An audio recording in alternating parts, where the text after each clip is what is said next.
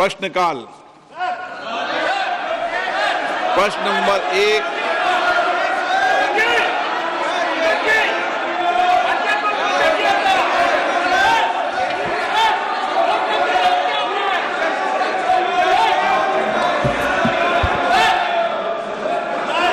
अध्यक्ष जी, माननीय सदस्यगण, आज शीतकालीन सत्र का पहला दिन है। मेरी सभी माननीय सदस्यों से ये अपेक्षा है कि वह सदन में रचनात्मक और सक्रिय भागीदारी निभाएं। लोकतंत्र में सहमति असहमति जनतंत्र में होती रही है, वैचारिक मतभेद भी होते हैं, लेकिन उसकी चर्चा संवाद से उसका समाधान निकलता है।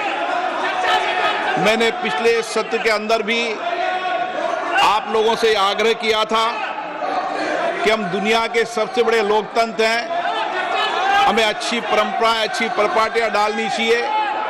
ये सदन नारेबाजी तख्तियों के लिए नहीं है, इसके लिए आपके पास सदन के बाहर बहुत मौके होते हैं। मेरा आपसे हमेशा प्रयास रहता है कि आपको जनता ने चुनकर भेजा है, आप उनकी अपेक्षाएं, आकांक्षाओं को अभिव्यक्ति करो, उनकी कठिनाई चुनौतियों पर चर्चा करो, मुद्दों पर चर्चा करो।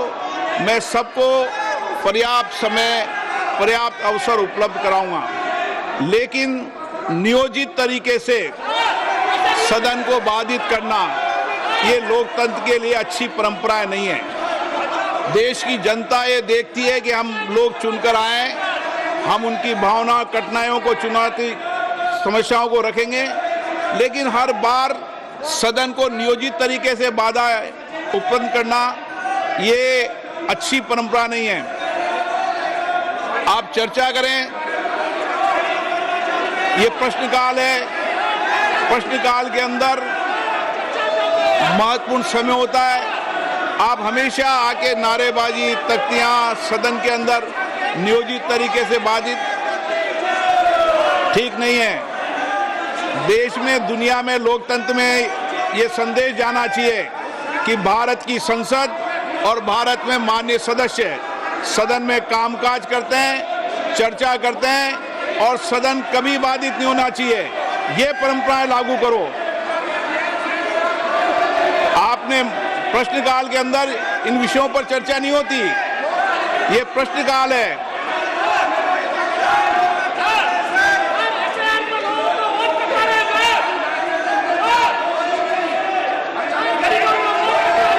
वोट के बाद फिर वोट लोकतंत्र में भागीदारी निभा दी है लोगों ने, और लोकतंत्र में भागीदारी हो जाएगी।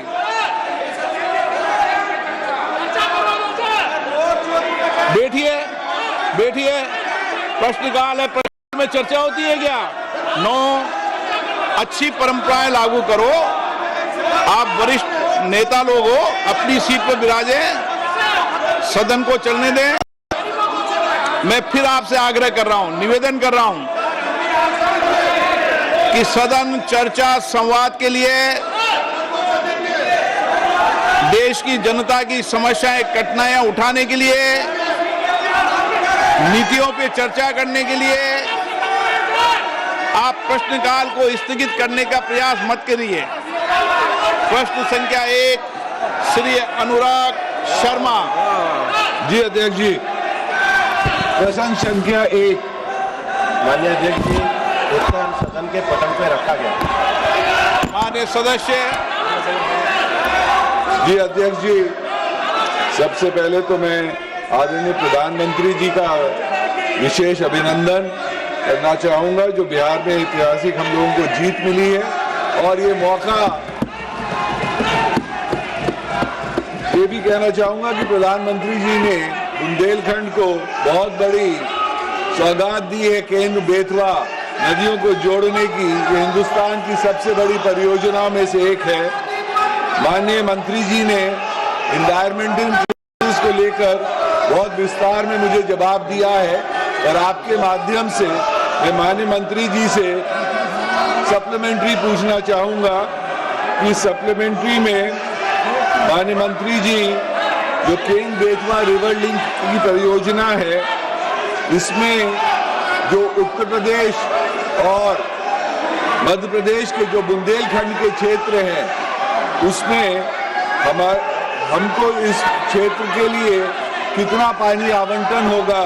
विशेष रूप से झांसी के टहरौली क्षेत्र में मेरे वहाँ तकरीबन 53 गांव हैं जिनमें बिल्कुल ही पानी की व्यवस्था नहीं है।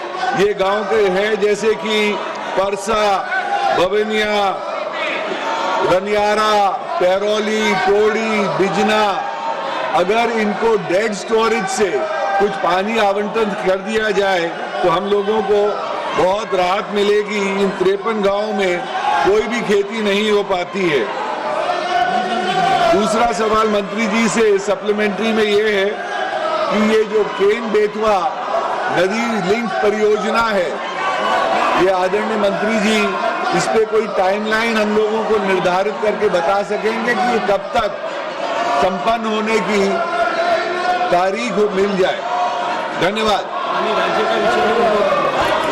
माननीय अध्यक्ष महोदय, केन बेतवा जो प्रोजेक्ट है वो एक महत्वपूर्ण राष्ट्रीय प्रोजेक्ट है। माननीय प्रधानमंत्री जी के नेतृत्व में एक बहुत बहुउद्देश्य नदी परियोजना है, जिसके अंतर्गत कुल मिलाकर के 10,62,000 हेक्टेयर एरिया को सिंचित किया जाएगा। 194 MCM drinking water supply, 62 lakh की आबादी को ये पानी की सप्लाई और 103 मेगावाट हाइड्रो पावर के उत्पादन के साथ ही साथ 27 मेगावाट सोलर के उत्पादन और मध्य प्रदेश और उत्तर प्रदेश में 10 जिलों को और उत्तर प्रदेश के 4 जिलों को इससे लाभान्वित किया गया है। हमारे मंत्रालय द्वारा इसकी पर्यावरणीय स्वीकृति दी गई है और यहाँ के जो बायोडायवर्सिटी है, फ्लोरा फोना है, यहाँ के जो स्पीशीज है और यहाँ के जो पार्क है, उसके लिए जो मिटिगेशन मेजर्स हैं वो हमारे मंत्रालय द्वारा किए गए हैं। शेष सभी जो कार्य हैं वो राज्य सरकार और जो पानी का वितरण है ये इनके मंत्रालय के संबंध में है, इसलिए इसकी जानकारी उनको वहाँ से मिलती। माननीय सदस्यगण, ये प्रश्नकाल है। मैं पुनः आग्रह कर रहा हूं, जनता ने आपको नारेबाजी करने के लिए नहीं भेजा है, सदन चलाने के लिए भेजा है। मेरा आग्रह है कि आप सदन चलाने में सहयोग करें। मैं आपके हर मुद्दों पर चर्चा करने को तैयार हूं। सदन नहीं चलाना चाहते, सदन में चर्चा नहीं करना चाहते। Anurag Sharma, second supplementary.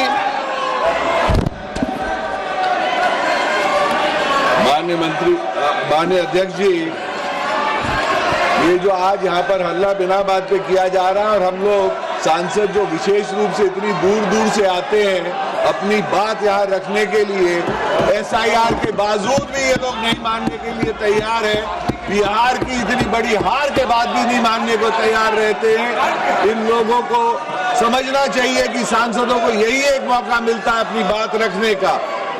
माननीय मंत्री जी से आग्रह है कि केन बेतवा जो इतनी बड़ी सौगात आदरणीय प्रधानमंत्री जी ने बुंदेलखंड के वासियों के लिए दी है, उसमें मैं आग्रह ये करना चाहूँगा कि मेरे कुछ क्षेत्र उसमें से वंचित रह रहे हैं। अगर उसकी DPR में वो क्षेत्रों को और ऐड कर दिया जाए, विशेष रूप से एक गोविंद सागर बांध है मेरे क्षेत्र में, उस बांध को अगर हम ललितपुर की जाखलौन कनाल से राजघाट के डैम से अगर जोड़ देंगे तो हमेशा ललितपुर शहर को पीने का पानी और गोविंद सागर के नीचे के सारे हिस्से वहां से सिंचित हो पाएंगे। यह एक आग्रह मंत्री जी से था। माननीय अध्यक्ष महोदय, मैंने पूर्व में भी कहा है कि पर्यावरण मंत्रालय के द्वारा जो EIA रिपोर्ट तैयार की जाती है, उस EIA रिपोर्ट का जो स्कोप है वो local biodiversity, forest cover, impacts on biodiversity, local जो अराउंड एरिया उसके अंतर्गत, उसके साथ ही साथ जो वाइल्ड लाइफ कॉरिडोर है उसके संबंध में मिटिगेशन मेजर्स के लिए EIA रिपोर्ट तैयार की जाती है। जहाँ तक DPR और पानी के वितरण का विषय है, माननीय सांसद महोदय को मेरा आग्रह है कि वे स्थानीय राज्य सरकार को अपने कार्यालय द्वारा संपर्क करें, क्योंकि वो उनके अंतर्गत आता है। मैं पुनः आग्रह कर रहा हूं, सदन में नियोजित तरीके से बाधित करना लोकतंत्र में अच्छी परंपराएं नहीं है। आप अपनी सीट पर विराजें। सदन की कार्रवाई आज 12 बजे तक के लिए